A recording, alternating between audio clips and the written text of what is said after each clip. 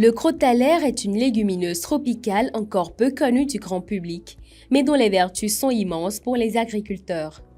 Le crotalaire s'impose aujourd'hui comme un allié incontournable dans la rotation et l'association des cultures.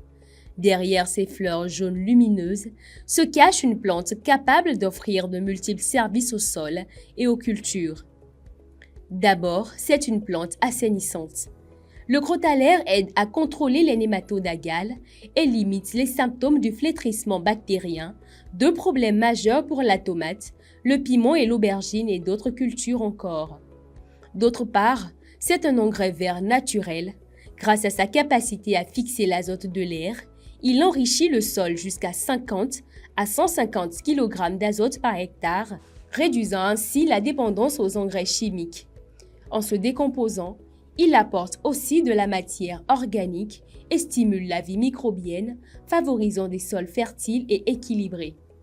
Mais le crotalaire, c'est aussi un protecteur du sol et des plantes. Ses racines profondes améliorent l'aération et le drainage, restructurant ainsi les sols compacts ou argileux.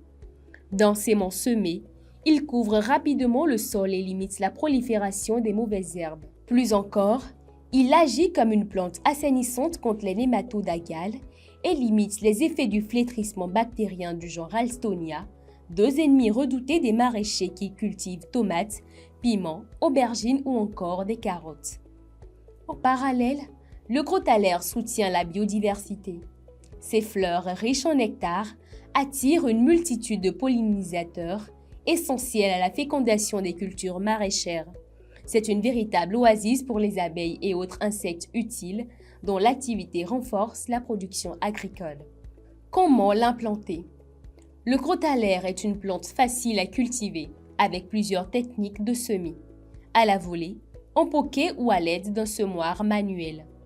En semis à la volée, on épand 200 à 300 g de graines sur 20 mètres carrés avant de ratisser légèrement et d'arroser. En poquet, après pré-germination, on dépose 2 à 3 graines dans chaque trou, espacées de 20 cm entre lignes et 5 cm sur la ligne.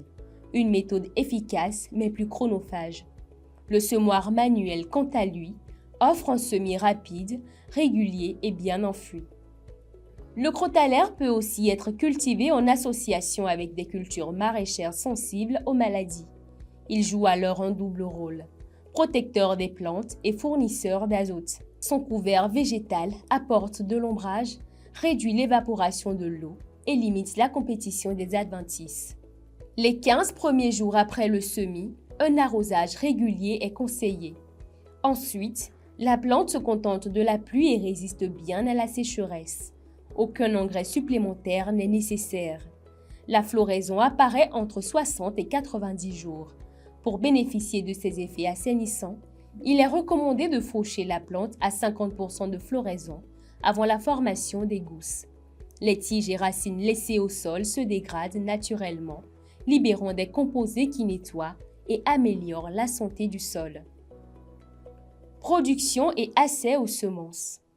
Pour produire ses propres semences, il est conseillé d'espacer les poquets à 40 x 40 cm. La récolte s'effectue quand les gousses brunissent, entre 90 et 120 jours après le semis. Une fois récoltées, les graines doivent être bien séchées et stockées dans de bonnes conditions pour assurer leur conservation. Les bénéfices du crotalaire ne sont pas que théoriques. Plusieurs producteurs ayant reçu l'appui technique du CIRAD confirment son efficacité sur le terrain. Pour les producteurs qui n'en disposent pas, des semences de crotalaire sont disponibles dans des boutiques spécialisées comme Jardin pour tous. Le crotalaire est bien plus qu'une simple légumineuse. C'est une plante multifonctionnelle, fertilisante, protectrice, restructurante et amie des pollinisateurs. Une ressource précieuse pour tout producteur qui veut améliorer durablement ses sols et renforcer la résilience de ses cultures. Crotalaire sinu mi bedian ekoblo suzan tanton wa igodo. Maintenant mi podo sira de sin gbeta po jacodo po. Maintenant de wi e minasan lobona bo masana do engrais chimique nu jinuku mi ton le fi mi wa mon crotalaire de one.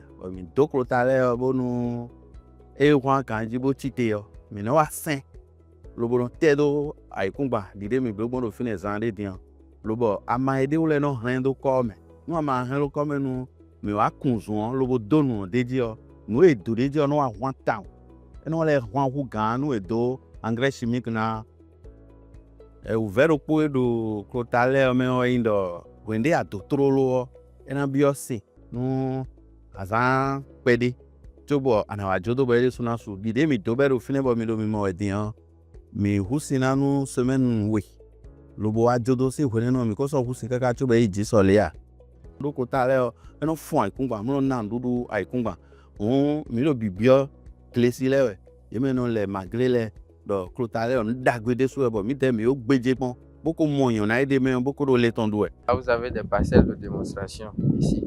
Donc ici on l'avait cultivé sur cette planche et la planche au fond là-bas. Donc quand on l'avait cultivé, d'abord on l'avait mis comme on fait une jachère, une simple jachère, on l'a mis, on l'a cultivé pendant 3 mois. Quand vous associez le crotale à cette jachère-là, ça fait une jachère un peu contrôlée. Il faut lutter contre l'énervement et vous fertiliser le sol. On a mis du piment. Après le crotale, on a mis du piment qui a duré au moins 6 mois comme ça. Après on a enlevé le piment, on a mis de l'oignon. On a constaté que cet effet fertilisant du crotale s'est toujours ressenti dans le sol au point où l'oignon a toujours continué parce que ça lutte, non seulement ça a ses vertus, mais ça lutte contre l'énervement aussi. Genre, en attendant que vous laissez le sol, vous ne l'utilisez pas, vous mettez du crotale dessus. Vous n'aurez plus besoin de venir sacrer le sol après. Il suffit juste d'enlever le crotale, alors vous pouvez recommencer la culture.